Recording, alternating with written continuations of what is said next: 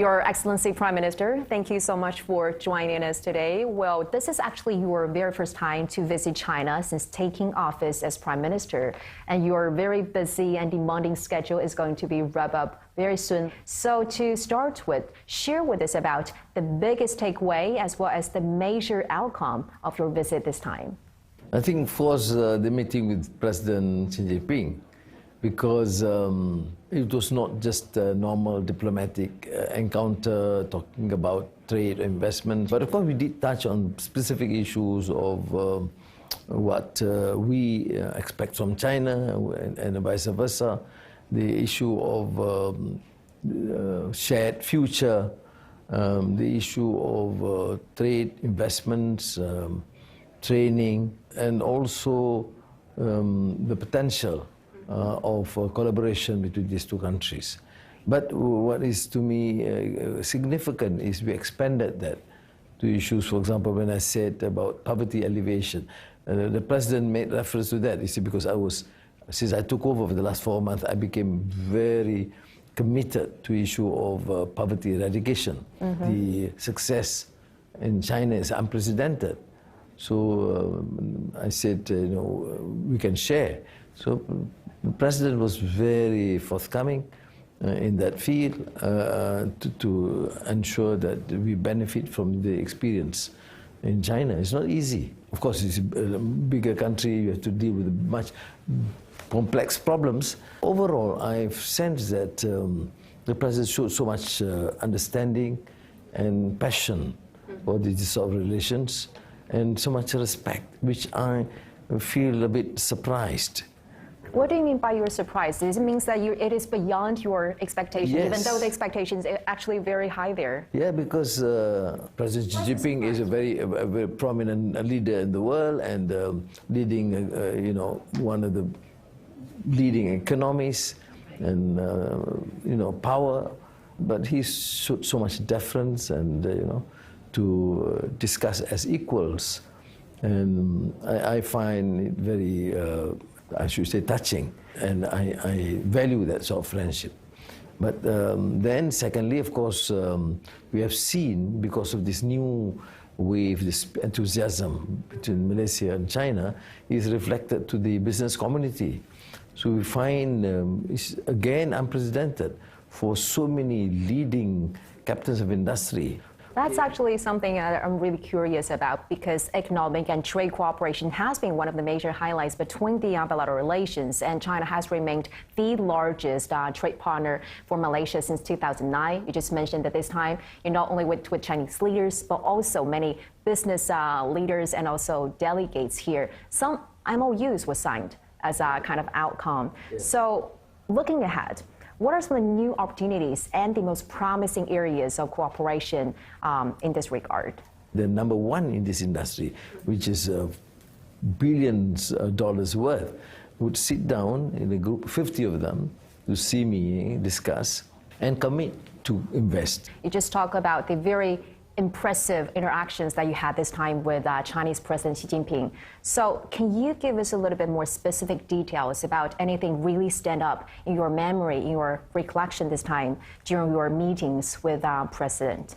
I started off by saying his passion for reform, for his conduct, even in domestic affairs like poverty issues, is concerned for the general welfare of the people, and then of the various initiatives, as I said, BRI, and then the security concerns and the civilizational initiative.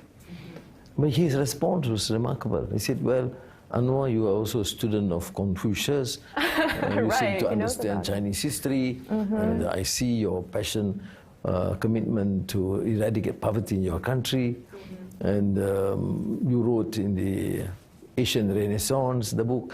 So I said, well, this is of course commendable. So we got the chemistry right from the beginning. Mr. Prime Minister, you've been to China before. What are some of the major changes that really impressed you about the country's development this time? Well, the development is phenomenal. As you know that, I should say, mind-boggling to get to understand. It is overwhelming in a way, right? To understand. For instance, anything that really surprised you or shocked you in a way? I don't know. You know, the transformation of the country is the modern economy, and at the same time having this strong effort to alleviate poverty, and then to enter into new technology. I mean, AI, telecommunications, semiconductor, issues which are relatively newer to China. I must confess that, for example, in semiconductor, although it's a small player, we were earlier. But you have surpassed us triple times.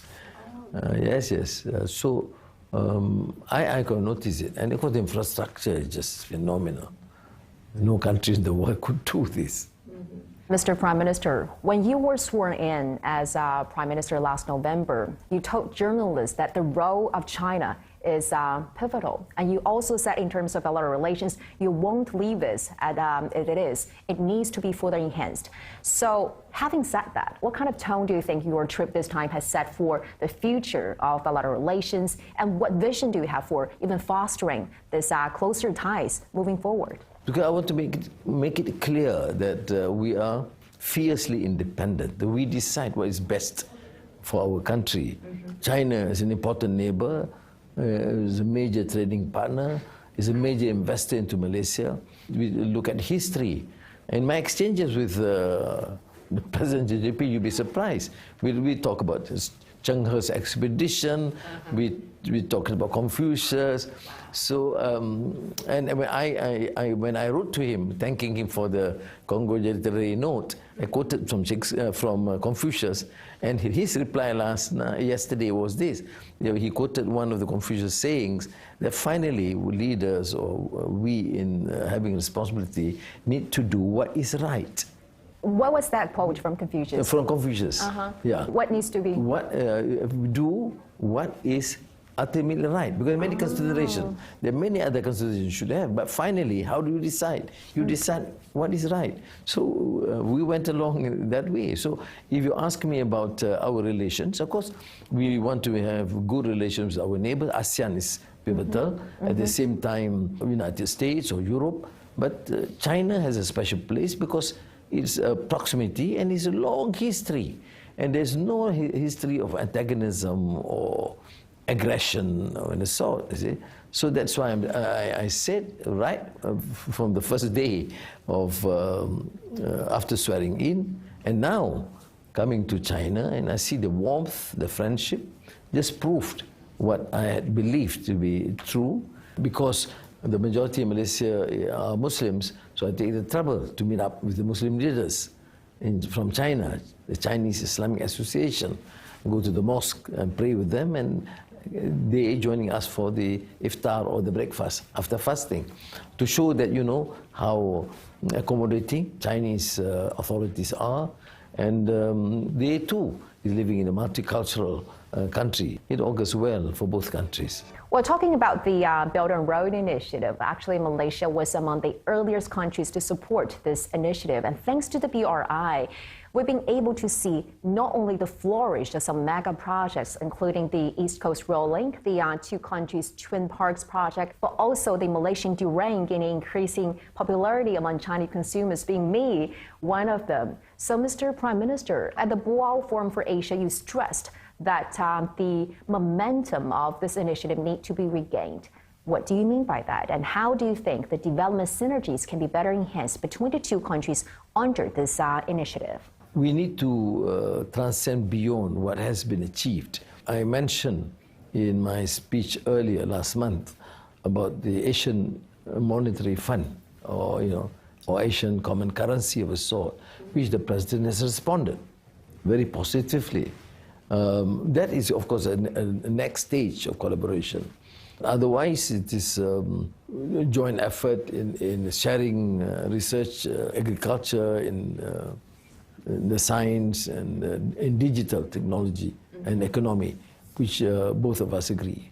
Mr. Prime Minister, when you spoke at the Boao Forum for Asia, you touched upon the competition on science and technology, and you said, quote, "The rivalry ahead can be either a productive or destructive term." And how do you see the rising tide of politicization on the competition of science and technology among some countries?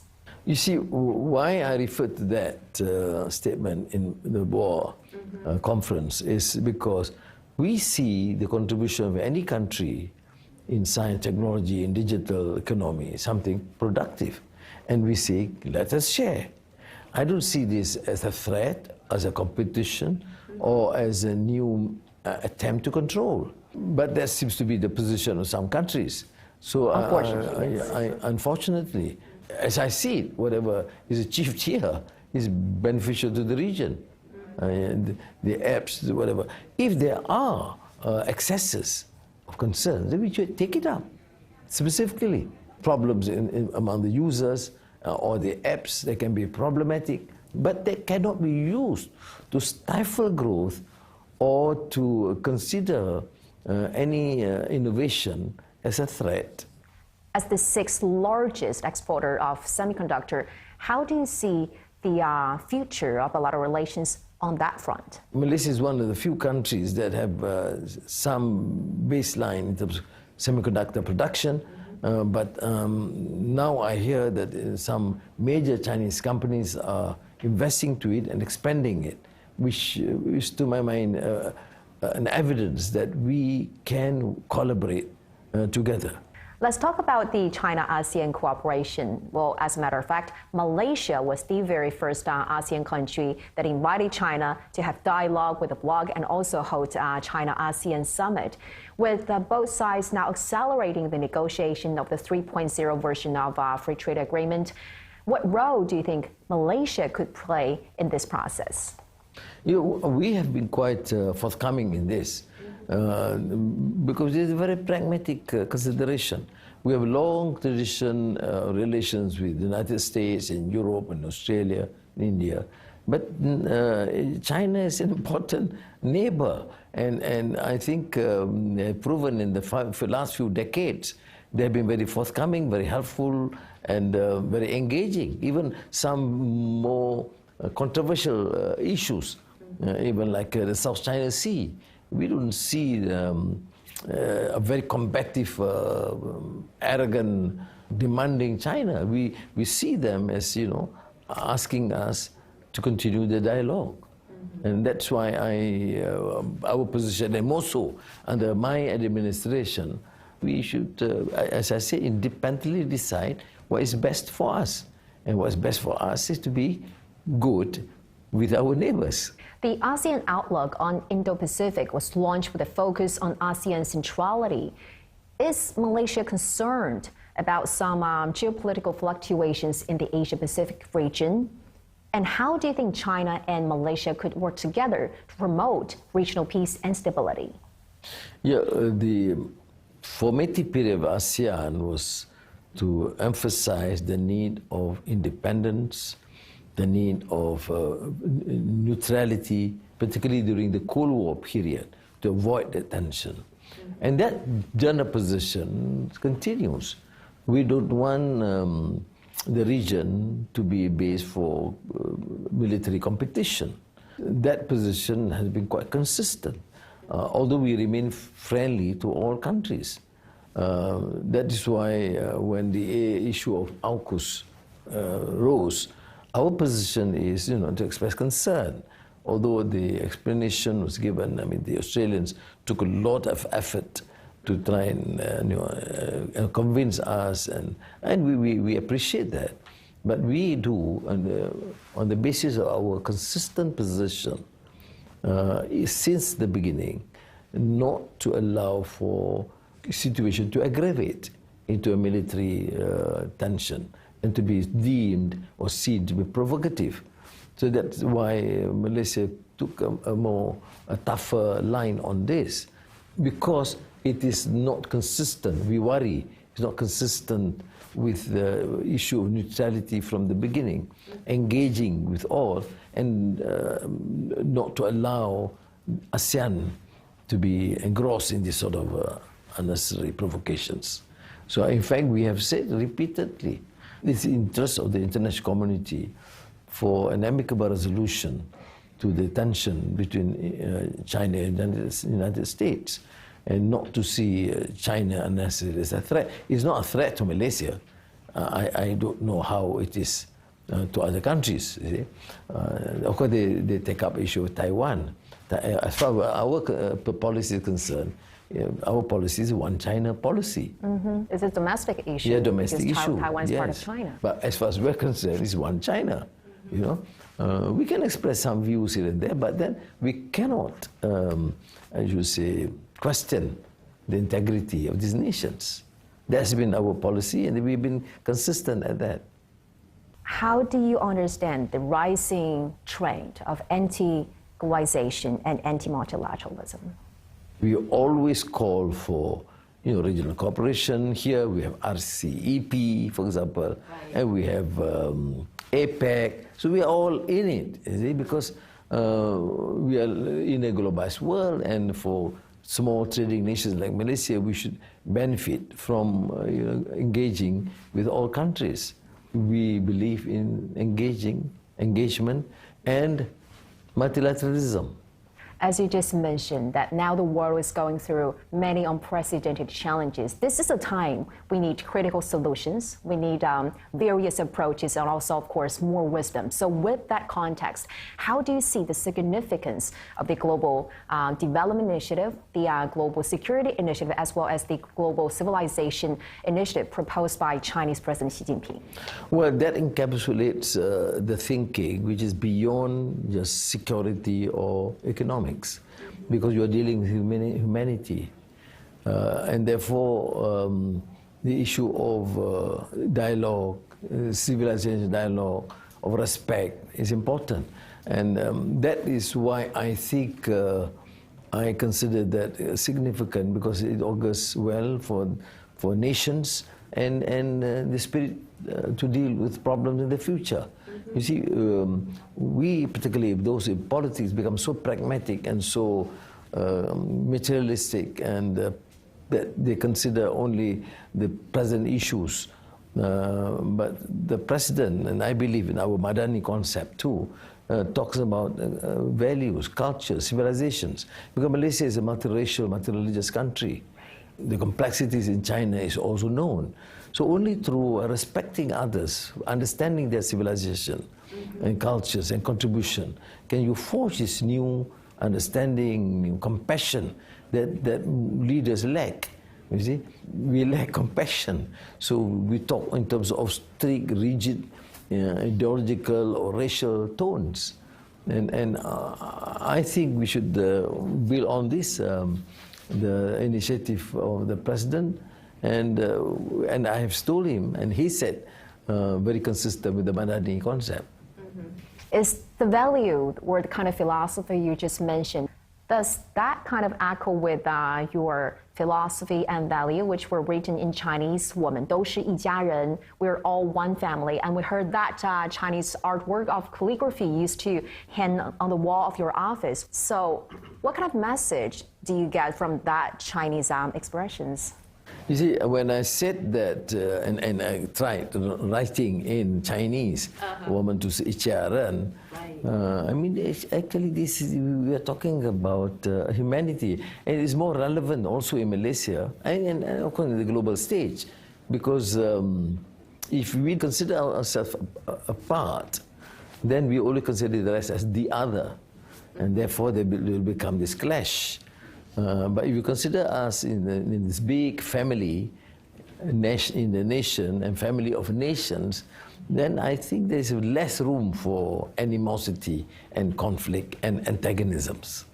You mentioned about Confucianism. Actually, we all know you have a really deep understanding about Confucianism. And back in 1994, when you visited China, you actually paid a visit to the temple of Confucius, right? Actually, by the way, I'm from Shandong, so that was my hometown. Not Chifu, but yeah, I'm from Shandong. Yeah. So how has the value or the core values of Confucianism has influenced and inspired you all those years? Well, he's a great sage, and looking at his writings, Luni, the Analects, you find that there's so much wisdom that we need to acquire.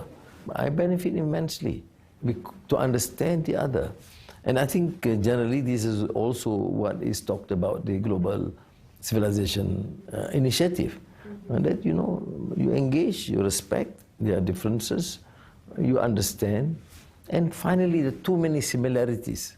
Right. Yeah. All civilizations condemn injustices, racism, religious bigotry, arrogance of power, corruption. So it is about seeking commonality while respecting the differences of each other. Prime Minister Anwar, we heard that tourism was actually one of the issues that are high on your agenda this time in China. Well, Malaysia has always been one of the most popular holiday destinations among Chinese tourists, and now with international travel coming gradually back on track, you know, Malaysia could be once again a very hot spot for Chinese travelers. So as the Prime Minister now, how would you recommend your country to our Chinese viewers and also Chinese visitors? Well, other than durian. Yes, what are some of the untapped attractions maybe that you think are interesting to our viewers here? Yeah, we need to promote Malaysia because it has, I mean, it's a beautiful country, you know. It is beautiful, very diversified. I've been there. Very diversified, you're right. And then the attraction is not only one area around Kuala Lumpur, for example. It is the East Coast, it is in Sabah, it is in Sarawak, it is the cave. So now, when China reopened, the number of Chinese tourists have increased threefold. When you see that, I saw the smile on your face. That was really something positive and inspiring, right? Yes, of course. Because I come from Penang, which is actually a tourist island. So it is important for the economy of the country. And then I used to present one constituency which is, you know, full of hotels in the seabed near about 1.5 hours out of Kuala Lumpur. Let's talk about the star ambassadors between the friendship of two countries, the giant pandas, because recently some videos released by Malaysian National Zoo about those pandas playing with their keepers has really went viral online. Those pandas, they were called Yi and Sheng Yi, with a literal translation of friendship and enhancing friendship. They were very well liked among Malaysian citizens, and also they were born in Malaysia and be returning to China soon. So, Mr. Prime Minister, do you personally love those giant pandas, and also what kind of impact do you think they have played in enhancing the time-honored friendship between the two countries? But to be honest, my grandchildren know more about these pandas than me. Do they love them? Yes. They have been there, they've been to the zoo, they've been visited, but I must apologize, I have not seen them. But that has gone viral too in the country. And I think if when we decide to send back, it will be very emotional departure. I think people will be very sad. But, heartbroken moment for our grandkids, huh? Economic development has been one of the priorities for your government. And Malaysia is now facing with some economic challenges domestically, which includes the rising inflation, falling currency, as well as the losses brought by the floods. So the devils are in the details, right, Mr. Prime Minister? So what are the specific plans that do you have for tackling those challenges? You see, Malaysia used to do relatively better in the 90s. Right. I wouldn't say perfect because I know poverty was there, corruption was there, but relatively better in terms of growth under East Asia. It's called East Asian economic miracle those days, although I don't think that is a fair picture to paint because there are some problems. You know, the problem with international agencies, when they get excited, they go praise sky high that can lull people into complacency. But we have slided downwards for decades after the 1978 crisis, and it was a problem of political instability for some years. Now we are back on track. So the issue, and I have focused on proper good governance and rid the country of that image of corruption. So we have to act very tough against this because that alone will encourage investors. So when I met the investors, one of the issues is they think that, there's stability and there's an attempt by the government to ease the manner we conduct business affairs. And that by itself will help. Then they will ask us for the clarity in policies. So I talk about green or climate related policy or business, and then food security. Then we talk about digital economy. But on our part, then the infrastructure has to be improved. ECRL is, of course, a major development project under BRI, but the ports, the MRT and the LRT, all these are going to be back on track.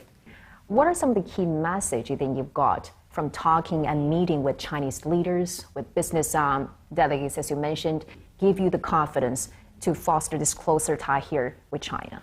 I think I've seen responsible leadership with a clear vision, clarity in what they would like to achieve. And then to understand that in a global community, to work with friends in particular, to make sure that together we succeed and excel. But what is, again, I said earlier, unique about the leadership and my experience talking with them and reading about it, is that it is not just political or economic imperative. It is society and humanity.